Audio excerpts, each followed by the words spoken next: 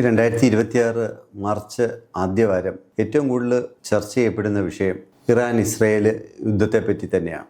ഈ യുദ്ധത്തിൻ്റെ കാരണങ്ങൾ എന്തൊക്കെയായാലും അതിൻ്റെ ഭവിഷ്യത്ത് അനുഭവിക്കുന്നതിൽ വലിയൊരു വിഭാഗം ഇന്ത്യക്കാരോ അതോ അല്ലെങ്കിൽ മലയാളികളോ തന്നെയാണ്. കിലോമീറ്ററുകൾക്ക് അപ്പുറം നടക്കുന്ന ഈ ഒരു യുദ്ധത്തിൽ നമ്മുടെ ഏതാണ്ട് ഗൾഫ് മേഖലകളിൽ 90 ലക്ഷത്തിലധികം ഇന്ത്യക്കാർ, അതിലേതാണ്ട് 35 ലക്ഷത്തോളം മലയാളികൾ അടക്കം ജോലി ചെയ്യുന്നു എന്നുള്ളതാണ് ഒരു കണക്ക്. അപ്പം മലയാളിയുടെ സാമ്പത്തിക ഭദ്രതയ്ക്ക് ഏറ്റവും കൂടുതൽ ആക്കം കൂട്ടിയതും അവൻ്റെ ജീവിത നിലവാരത്തെ ഉയർത്തിക്കൊണ്ടുവരുന്നതിലും ഗൾഫ് മേഖല വഹിച്ചിട്ടുള്ള പങ്ക് നമുക്ക് എടുത്തു പറയത്തക്ക തന്നെയാണ്. എല്ലാവർക്കും അറിയാം, കേരളം പോലെ ഒരു സംസ്ഥാനം ഏറ്റവും കൂടുതൽ ആശ്രയിക്കുന്നത് ഗൾഫ് മലയാളികളുടെ ഒരു വരുമാനത്തെ തന്നെയാണെന്ന് പറഞ്ഞു കഴിഞ്ഞാൽ അതിൽ അതിശയോക്തിയില്ല.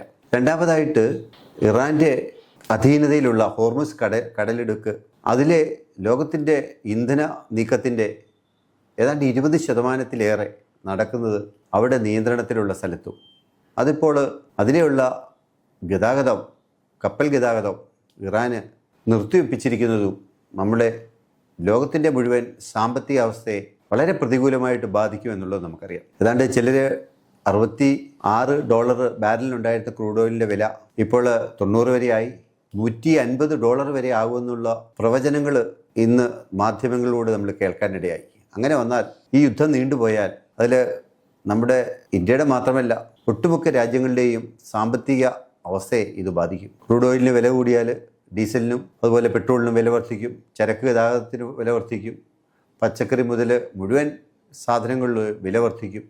അത് നമ്മളുടെ സാമ്പത്തിക മേഖലയെ, ഏതാണ്ട് ലോകത്തിൻ്റെ തന്നെ സാമ്പത്തിക മേഖലയെ വളരെ പ്രതികൂലമായിട്ട് ബാധിക്കുന്ന ഒരു അവസ്ഥയിലേക്ക് നീങ്ങും എന്നുള്ളതാണ്. എന്താണ് ഈ യുദ്ധത്തിൻ്റെ യഥാർത്ഥ പ്രശ്നം? യുദ്ധം 2 രാജ്യങ്ങൾ തമ്മിലാണ്, ഇസ്രയേലും ഇറാനും തമ്മിൽ. ഇറാനെ സംബന്ധിച്ചിടത്തോളം ഇസ്രയേലിനെതിരെ വലിയ രീതിയിലുള്ളൊരു പ്രതിരോധം അയൽ രാജ്യങ്ങൾ മുഖേന അവർ തീർത്തിട്ടുണ്ട്.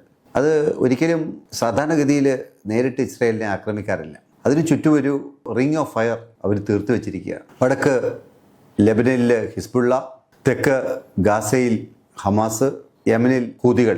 അങ്ങനെ ഏതാണ്ട് ഇസ്രയേലിനെ വരിഞ്ഞു മുറുക്കുന്ന രീതിയിലുള്ള, ഇസ്രയേലിനെ എതിർക്കുന്ന വിമത ശക്തികൾക്ക് വെള്ള പണവും പിന്തുണയും നൽകുന്നത് ഇറാൻ്റെ ഒരു വളരെ കാലമായിട്ടുള്ള ഒരു രാഷ്ട്രീയ അജണ്ടയാണ്. അപ്പോൾ ഇത്തവണ ഇസ്രയേൽ അതിനെതിരെ ഒരു തുറന്ന യുദ്ധത്തിന് തയ്യാറായി.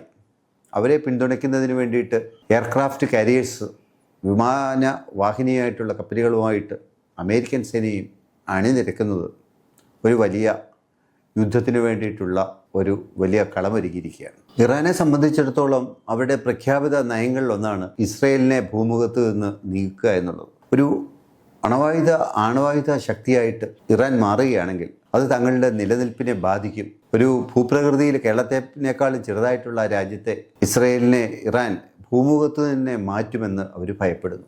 അതുകൊണ്ടാണ് ഇത്രയും വലിയ ഒരു തിരിച്ചടി നൽകിക്കൊണ്ട്, അല്ലെ ഒരു പിടിച്ചു നിൽക്കുന്നതിന് വേണ്ടിയിട്ടുള്ള, അവരുടെ നിലനിൽപ്പിന് വേണ്ടിയിട്ടുള്ള ഒരു പോരാട്ടത്തിലേക്ക് അവിടെ കടന്നിരിക്കുകയാണ്. ഇറാനെ സംബന്ധിച്ചിടത്തോളം ഇറാന് മിസൈൽ ശേഖര രംഗത്ത് ലോകത്തെ വലിയൊരു ശക്തി തന്നെയാണ്. അതുകൊണ്ട് തന്നെയാണ് അമേരിക്കയും ഇസ്രയേലും ഒക്കെ ഇത്രയൊക്കെ പോരാട്ടങ്ങൾ നടത്തുമ്പോഴും അവരുടെ മിസൈൽ ശക്തി അവർ ലോകത്തിന് മുമ്പിൽ കാണിച്ചു കൊടുക്കുന്നത്. ഇതുതന്നെയാണ് ഇറാനെ ഭയപ്പെടുന്നതിന് ഇസ്രയേലിനെ പ്രേരിപ്പിക്കുന്ന ഒരു ഘടകവും. ഇപ്പോൾ തൊട്ട അയൽ രാജ്യങ്ങളിലൊക്കെ അമേരിക്കയുടെ താവളങ്ങൾ ഉണ്ട് എന്നുള്ള പേരിൽ അവരെ ആക്രമിച്ചു. പക്ഷെ നിങ്ങളൊരു ശ്രദ്ധിച്ചോ എന്ന് എനിക്കറിയില്ല, തൊട്ട് ഇറാനോട് അതിർത്തി പങ്കിടുന്ന പാകിസ്ഥാന് ഒരിക്കൽ പോലും ഇറാൻ ആക്രമിച്ചിട്ടുണ്ടായില്ല. കാരണം തീവ്രവാദ പ്രവർത്തനങ്ങളെ അംഗീകരിക്കാത്ത രാജ്യങ്ങളായിട്ടുള്ള ഗൾഫ് മേഖലകളിൽ UAE ആയിക്കോട്ടെ, അല്ലെ മറ്റു മേഖലകളിലൊക്കെ, ബഹ്റിനിലൊക്കെ അവർ ആക്രമണം നടത്തിയപ്പോൾ അവർ പാകിസ്ഥാനെ ആക്രമിച്ചിട്ടുണ്ടായില്ല. അപ്പോൾ ഈ ഒരു രീതിയിൽ ഒരു ഭീഷണിയായിട്ട് ഇറാൻ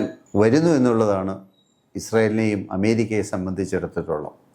അതിൻ്റെ കയ്യിൽ, അതിലുപരിയായിട്ട് ഇവരുടെ കയ്യിലിരിക്കുന്ന ഈ ആണവ ശേഖരം അത് പൂർണ്ണതയിലെത്തിയാൽ നാളെ, കാരണം അവിടെ ഒരു സുസ്ഥിരമായിട്ടുള്ള ജനാധിപത്യ ഭരണകൂടമില്ലാത്തതുകൊണ്ട് ഇറാനിൽ എപ്പോൾ വേണമെങ്കിലും ഒരു അട്ടിമറിക്ക് സാധ്യതയുണ്ട്. അത് വിമതരോ അല്ലെങ്കിൽ ഹമാസോ ഹിസ്ബുള്ളയോ ഒക്കെ, അല്ലെ IS ആരെങ്കിലുമൊക്കെ ഈ രാജ്യത്തിൻ്റെ പരമാധികാരം കൈയാളിയാൽ അത് ലോകത്തിന് തന്നെ വിനാശകരമാവും എന്നുള്ള ഒരു കാഴ്ചപ്പാട് അതൊരു ഭീകരമായിട്ടുള്ളൊരവസ്ഥ സൃഷ്ടിക്കും എന്നതുകൊണ്ട് കൂടിയാണ് ഇപ്പോൾ ഇത്രയൊരു കടുത്ത ആക്രമണത്തിന് അവർ മുതിരുന്നത് എന്ന് പറയുന്നു. എന്തൊക്കെ ആയാലും ഈ ഒരു അമേരിക്കയുടെ ഭാഗത്തു നിന്ന് ന്യായീകരണങ്ങളുണ്ടെങ്കിലും ഈ ഒരു അടുത്ത കാലത്തായിട്ട് അവരുടെ ജനാധിപത്യപരമായിട്ട് വിരുദ്ധമായിട്ടുള്ള പല നയങ്ങളും വരുന്നു എന്നുള്ളത് നമുക്ക് മനസ്സിലാവും. ഒരു ജനാധിപത്യ നേതാവിന് അല്ലെങ്കിൽ ഒരു ഭരണാധികാരിക്ക് വേണ്ട ഒരു പക്വത ട്രംപിൻ്റെ ഭാഗത്തു നിന്ന് കാണിക്കുന്നില്ല. ഓരോ ദിവസങ്ങളും അദ്ദേഹത്തിൻ്റെ ജൽപ്പനങ്ങൾ ഓരോ രീതിയിലാണ്. ഇന്ത്യക്കെതിരെ 50%, അത് കഴിഞ്ഞ് അതിൽ കൂടുതലുള്ള താരിഫുകൾ ഏർപ്പെടുത്തുന്നു, അത് പിൻവലിക്കുന്നു. ഇപ്പോൾ ഇന്ത്യ എവിടുന്ന് എണ്ണ വാങ്ങിക്കുന്നു എന്നുള്ളതിനെ പറ്റിയിട്ടൊക്കെ പ്രഖ്യാപനങ്ങൾ നടത്തുന്നു. നമ്മുടെ പരമാധികാര റിപ്പബ്ലിക്കായിട്ടുള്ള നമ്മുടെ രാജ്യം വളരെ കൃത്യമായിട്ട് നമ്മുടെ നിലപാടുകൾ പറഞ്ഞിട്ടുണ്ട്. അത് അമേരിക്കയിൽ നിന്നാണോ, ഇറാനിൽ നിന്നാണോ, വെനിസ്വേലയിൽ നിന്നാണോ, ലോകത്തെവിടെ ഏറ്റവും അനുകൂലമായിട്ടുള്ള വ്യാപാര സാഹചര്യം ഉണ്ടെങ്കിലും അവിടുന്ന് വാങ്ങിക്കൂ എന്നുള്ളതാണ്. ഇത്തരം ജൽപ്പനങ്ങളെയൊന്നും ഇന്ത്യ ഇന്ന് പരിഗണിക്കുന്നില്ല എന്നുള്ളതാണ്. പക്ഷേ ചില മാധ്യമങ്ങളും ഇന്ത്യയിലെ ചില പ്രതിപക്ഷ രാഷ്ട്രീയ കക്ഷികളും പ്രസിഡന്റ് ഇങ്ങനെ പറഞ്ഞു, ഇതൊക്കെ നമ്മളെ ബാധിക്കുന്ന ഘടകം. കാരണം ഇന്ന് ലോകത്തിലെ ഏറ്റവും കുതിക്കുന്ന സാമ്പത്തിക മുന്നേറ്റം നടത്തുന്ന രാജ്യമായിട്ട് നമ്മൾ മാറുകയാണ്. അപ്പോൾ ചില കാര്യങ്ങളൊക്കെ നമ്മൾ അവഗണിക്കുക, ചില കാര്യങ്ങളൊക്കെ ആവശ്യമുള്ളതിന് മാത്രം പ്രതികരിക്കുക. നമ്മുടെ ലക്ഷ്യം നമ്മുടെ രാജ്യത്തിൻ്റെ ജനങ്ങളുടെയും വികസനത്തിനും പുരോഗതിക്കും വേണ്ടിയിട്ടുള്ള നിലപാടുകളാണ്. അത് റഷ്യയെന്നോ ഇറാനെന്നോ ചൈനയെന്നോ അമേരിക്കയെന്നോ എന്നുള്ള നിലപാടുകളിൽ നമുക്ക് ഏറ്റവും അനുകൂലമായ നമ്മുടെ വികസനത്തിന് അനുകൂലമായിട്ടുള്ള കാര്യങ്ങളിലേക്ക് പോവുക എന്നുള്ളതാണ്. അപ്പോൾ അതാണ് ഈ ഒരു യുദ്ധസമയത്തും നമ്മളുടെ നയതന്ത്ര ഉദ്യോഗസ്ഥന്മാർ പറഞ്ഞിട്ടുള്ള കാര്യം. അപ്പോൾ ഈ ഒരു വിഷയത്തിൽ നമ്മൾ എത്രയും പെട്ടെന്ന് ഈ വലിയ രാജ്യങ്ങളിൻ്റെ ചേരി പിടിക്കുമ്പോൾ ഒരു പരിഹാരം ഉണ്ടാവട്ടെ, ഒരു സമാധാനം ഉണ്ടാവട്ടെ എന്ന് നമുക്ക് പ്രത്യാശിക്കാം.